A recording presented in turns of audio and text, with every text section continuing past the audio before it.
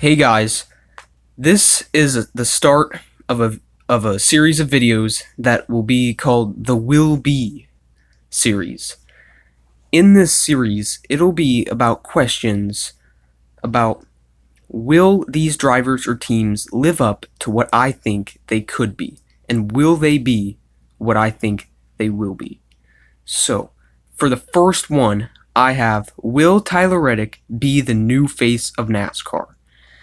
Some of you may disagree, but a lot of people may agree because as you look at his statistics for the Xfinity series this year are just quite remarkable. He's started all 14 races this year, obviously. He has 3 wins, tied for the second most this year of the full-time Xfinity point-taking drivers, 11 top 5s, 12 top 10s, 2 poles, 321 laps led, and he's first in points currently. His average start is 4.7, and his average finish is also 4.7. And he does not. He's just great. He's doing a great job, and he's one of the big 3 in the Xfinity series currently. That including Tyler Reddick, Christopher Bell, and Cole Custer, and obviously, Tyler Reddick won the championship last year for Junior Motorsports. He's changed teams. Now he's with Richard Childress Racing in the Xfinity Series.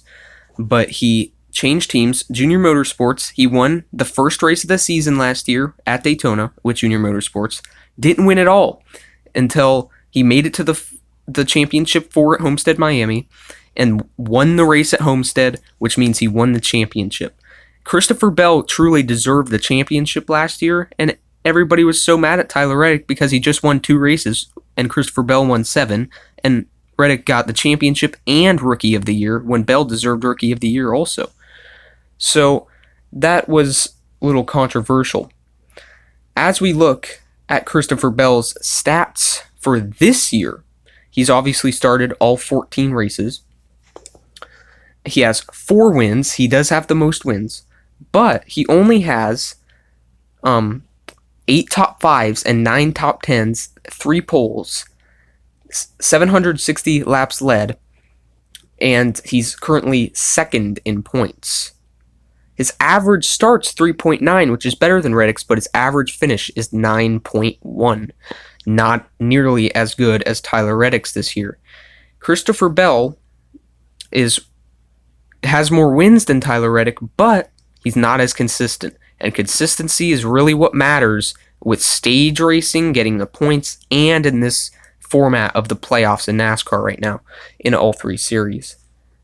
And Cole Custer, the final of the big 3 in the Xfinity series, started all 14 races, has 3 wins, 8 top 5s, and 9 top 10s, just like Christopher Bell, 4 poles, laps led 643.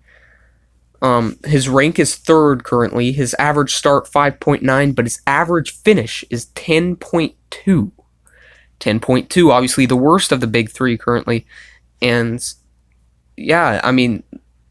Tyler Reddick is beating all of the big 3 by consistency and just currently, right now, being possibly the championship contender when everybody was all about Christopher Bell after an end of the year. And some are, and he definitely has a chance with this format, but I think Tyler Reddick may go 2 in a row Xfinity Series championships. And let's look at how his year, besides his actual statistics, have gone. To start the year out, first race with Richard Childress Racing this year in the 2 car.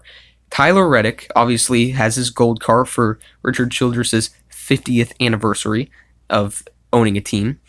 But Tyler Reddick got the pole for Daytona. Now, he had to start from the back, but he did get the pole. And then it just kind of keeps getting better from here. He kept being so consistent and so great, but he couldn't win. But he kept doing so great, getting those stage points, getting those stage wins. Even though Christopher Bell and Cole Custer won before him, he was still more high in points than both of them. And he currently still is. But then, at Talladega, he wins and does a phenomenal job all day, and he finally gets his first win of the season with Richard Childress Racing, and RC was really happy because Tyler Reddick, he knows he has talent, and lots of people were counting him out after last year. Oh, his career's over with Junior Motorsports and all that. But yeah, he comes back, and then he wins the race at Charlotte in the Tame the Beast 2 car for Richard Childress. And then he ties the amount of wins in only 11 races this year that he had in all of the races last year with Junior Motorsports, and he's in Richard Childress equipment this year. And by the way, the reason he switched to Richard Childress Racing this year and left Junior Motorsports is because Junior Motorsports does not have a Cup Series team, even though I think they could next year. Check out my silly season video. But but Richard Childress Racing does, so he thinks this will give him a good shot to get in the Cup Series with them, and with pretty decent equipment in the Cup Series, which is Richard Childress Racing. And yeah, he wins Charlotte. Amazing job. Ties the wins he had last year. Then he goes on and beats the amount of wins he has last year, gets 3 this year, and he wins at Michigan. Now, I know it was kind of, playing the strategy, but he still did, and great job by Tyler Reddick. But talking about how he thinks Richard Childress Racing will give him a better shot of going full-time Cup riding,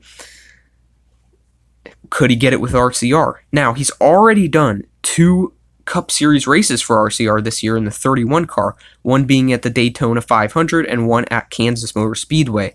And he's did both of them with RCR in the 31. So you see, Richard Childress has his eyes on Tyler Reddick being in a Cup car. So he does have some part-time seat time for him this year since he's doing so great in the Xfinity Series this year for them. So could he get a full-time Cup ride next year with RCR? Well, it is very possible because Richard Childress said that he really wants Tyler Reddick to be in a Cup car next year, whether it is for Richard Childress Racing or a satellite team, possibly like Germain Racing, which Ty Dillon races for right now. Or, Richard Petty Motorsports has an alliance.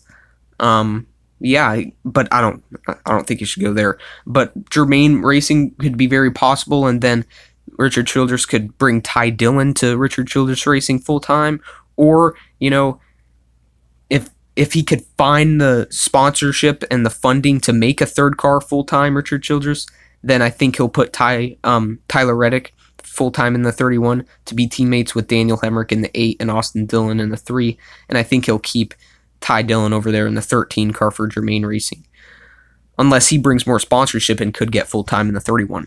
But who knows? We'll have to wait and see. So I think Tyler Reddick could truly be the next superstar in NASCAR. Lots of the drivers that we always say that could be aren't performing as well as we thought. I mean, I think of Kyle Larson started out and then got better and better. He got 1 win in 2016, then he got 4 wins in 2017, and we were like, oh yeah, he's going to have a great chance to win the championship in 2018. No, he didn't. And this year, he's going to be lucky to even make the playoffs. It's just things like that. And Tyler Reddick, NASCAR, stage racing, the points, the whole format, it rewards consistency, which Tyler Reddick has, even though he's a little aggressive sometimes, more than he really should be. And you've seen that with the race that Cole Custer won at Pocono. But still, Cole Custer deserved that race anyway. I know he doesn't have as much wins as Christopher Bell does this year, but still, much higher in the points, much higher average finish than Cole Custer and Christopher Bell.